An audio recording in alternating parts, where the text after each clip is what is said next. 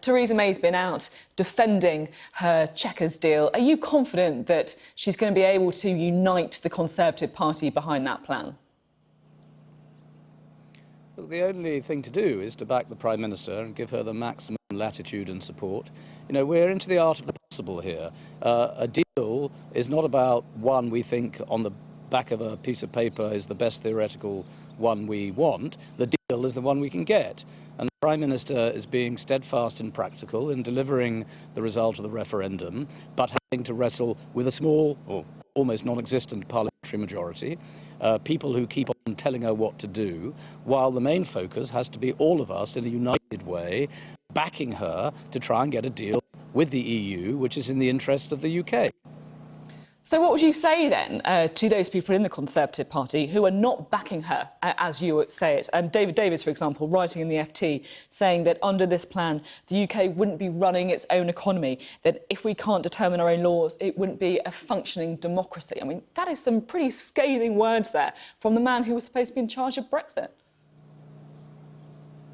Well, I think the first thing to appreciate, beyond the obvious complexity of this, is that if we have no deal and walk away and supposedly flip onto WTO rules, that the economic cost and pain is probably likely to be very severe. I mean, in the long term, we'll be able to get trade deals and things like that, which will add to our economic activity. But if we don't have access to our closest market and our largest market, that will set us backwards, both in terms of economic performance, but also in terms of the very practical things, like just getting lorries across the English Channel. So we have to give the Prime Minister maximum support. And I think that any of those who think they can either, criticise her, challenge her, or anything like that, must realise that they are playing with fire and that they will end up destroying themselves. Do you think they could also end up destroying the Conservative Party at the minute as well? Theresa May warning that it could mean that Jeremy Corbyn's Prime Minister. I'd like to think that the Conservative Party can never be destroyed, but it would certainly damage it very, very severely for possibly a very long period. And yes, there is the serious danger that if Jeremy Corbyn were to be Prime Minister, I think the country would face economic difficulty anyway. But if anyone who thinks they've been elected to politics to achieve something, they ought just to stop and think what would happen if Jeremy Corbyn were Prime Minister compared to them standing as a Conservative candidate and becoming a Conservative MP to see certain things in the interest of the country. Jeremy Corbyn would represent the opposite of that. So I would urge all my parliamentary colleagues to look strategically at the sort of moment of history we're in, the broader political agenda we believe in, and, of course, the practicalities of getting a Brexit deal, which is and must be in the long-term economic and political interests of the country. I've been listening to what you're saying, and it seems to me as if you're not really telling people to get behind this Brexit plan because you think it is a great future plan for this country. You're just saying, look, the alternatives are even worse. It's the plan that we've got, so you need to just hold your noses and back it. I mean, that's not exactly something that is going to excite members of your party who are hoping to take advantage of the opportunities of Brexit, is it? Look, theological purity is not on offer in this, the real world of politics and our negotiation with the EU. It is invariably and inevitably going to involve an element of compromise. And we've got to look at what is going to work in the interests of the country. And that, I think, is exactly what the Prime Minister and her cabinet at Chequers did. And then in publishing the white paper, explaining what they want to see to the people properly and in Parliament. So this is a negotiation, and no negotiation is a perfect process. But those who just think we can somehow flip back to a former world by governing ourselves and becoming sort of fantastically prosperous need to understand that the world is far more interdependent, supply chain, etc., etc. And you cannot sacrifice those things and do economically well. And so that's why we need a sensible agreement with the EU. So we've got to get stuck into those negotiations now.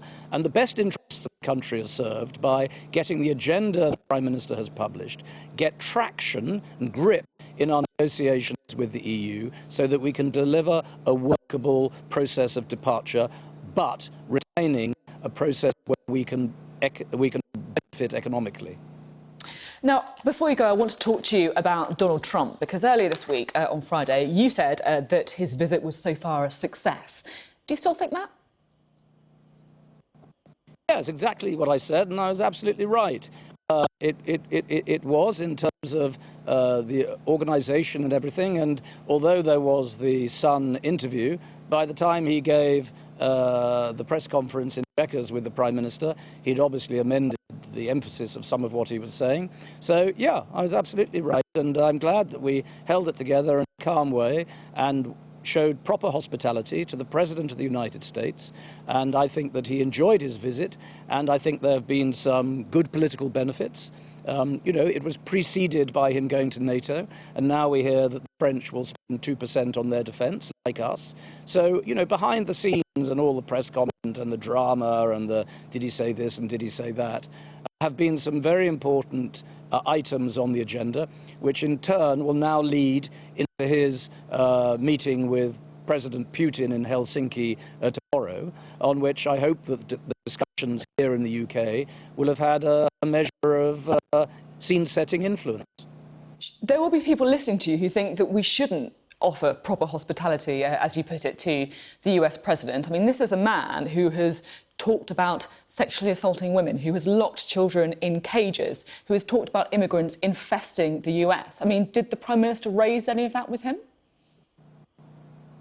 Well, on the MAR programme this morning, she replied as a feminist, as she put it, to saying that her views have been made clear in the past. He is the President of the United States, and in the real world of politics and international diplomacy, it was the proper thing to do, and I think we did it very well, and I think it will have benefits which will be to the advantage of the people who elect us. Now, one of the things that Donald Trump said that perhaps wasn't entirely helpful to Theresa May was that Boris Johnson would make a good Prime Minister. As someone who's worked with him in the Foreign Office, do you agree with the President? Well, we've got one Prime Minister and we should stick with her, otherwise I think we will be in a very unstable position.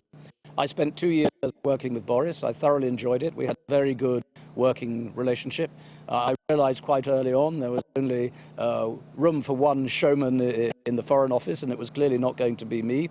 So my mantra was very simple: loyal to Theresa, loyal to Boris, and by and large stay out of the news and do your job. And that's what I did, and I had a very good, constructive and cordial working relationship with Boris. Well, I wonder if now that Boris Johnson's left the Foreign Office, you may be the showman there, now that he's vacated that role. Any chance, do you think, of the number of letters going into the chair of the 1922 committee hitting the target that would mean that there's a vote of no confidence in Theresa May? Anyone who thinks they might write a letter needs to stop and think about what the effects eventually would be. Actually, I think she'll win any vote of confidence, hands down, if ever it were to come to that. Okay. But the very fact that people think they might do this is utterly destructive, utterly unnecessary, and they should back her to the